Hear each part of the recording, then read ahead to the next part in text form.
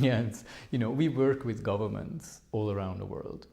And when you work with governments, you get a working relationship. And the same actually with some opposition leaders sometimes, because when you work with governments, you usually also talk with the opposition, because essentially you work with a country. And who is in government today is in opposition tomorrow, and vice versa. So you generally, when you work in such fields, you get to know these people. It's normal, like in any other business. The only thing is the business partner, so to speak, is the country and therefore political leaders.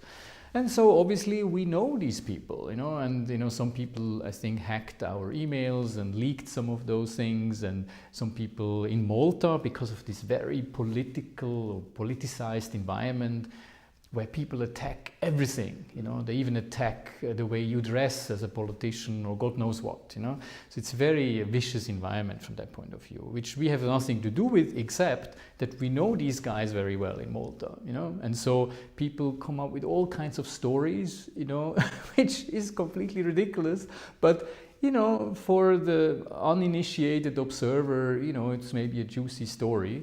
But actually, it's a non-issue, I mean, obviously, we are on good terms with the Prime Minister of Malta, like we are on good terms with all the Prime Ministers of countries that we work with that are smaller countries.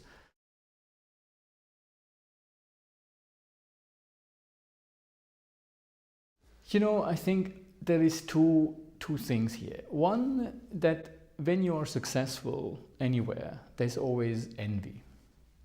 So envy is the scourge of humanity, So when you're successful, there are people that are less successful and they envy you.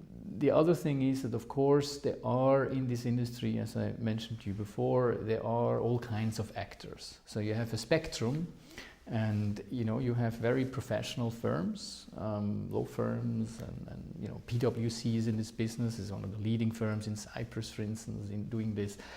And you have a spectrum all the way down to crooks and idiots, and there are actors that will just seed information to the press and try to harm us, or also some others, but of course we are primarily in the limelight, so they have no hesitation to fabricate some news. Many of the stuff you read is actually wrong, it's just fabricated, it's not even correct, and then other stuff you read is just putting things together that don't really make any sense, but to the uninitiated observer it may look, this is strange.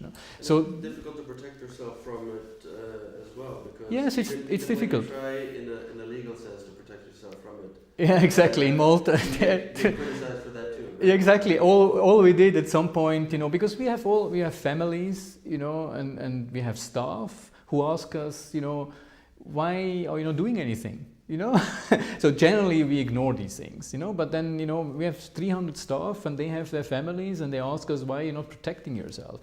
So then we go and, retain a law firm that writes to some of those journalists that simply put out fake news, We're not asking, to stifle journalism. We just simply ask, can you please remove fake news? And then you get a slap back saying, oh, this is intimidating journalism. No, we very much encourage transparency and good journalism. But good journalism means, you double check your sources, you talk to the people you're writing about. Many of those stories, they never asked us. You can't, in a reasonable way, you cannot write a story about you without at least giving you the chance to say something, I mean, this is clear. So it's clear that many of those that call themselves journalists here, have written things that are just, with a political agenda and not really journalism. And so we now decided to leave this largely, because essentially there will still be people that write things that are wrong, and we have a mission to fulfill. I think we're doing the job very well, and I think we'll continue to do that.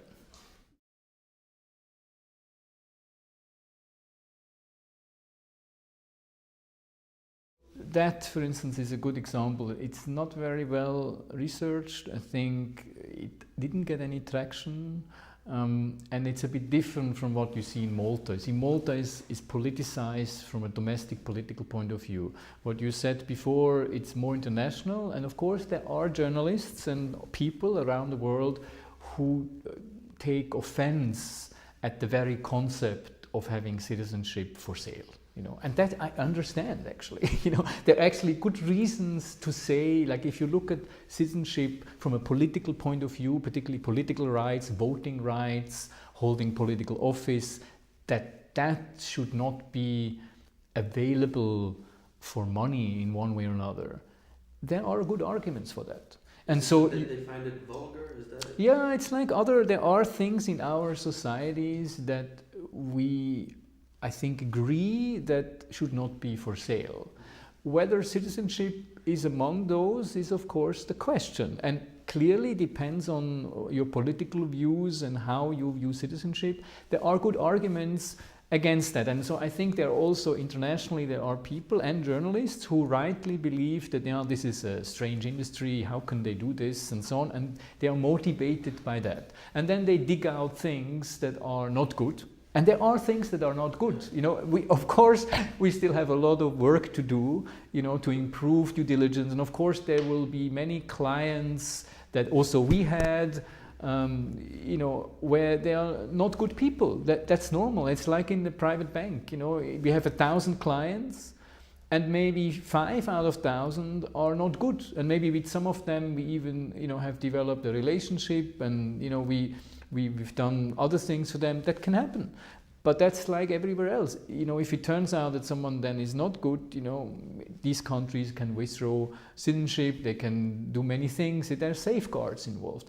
But of course, to those people who wish to portray the industry in a bad light, they have much material to take to portray it this way. And then because of confirmation bias, yes, they and look around and they find exactly. Confirmation bias is a very good word here.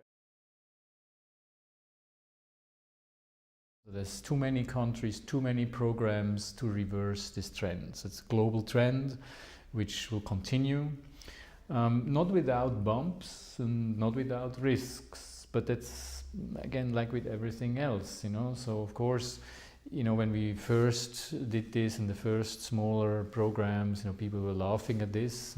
But it's like Gandhi, once said, first they laugh at you, then they fight you, then you win.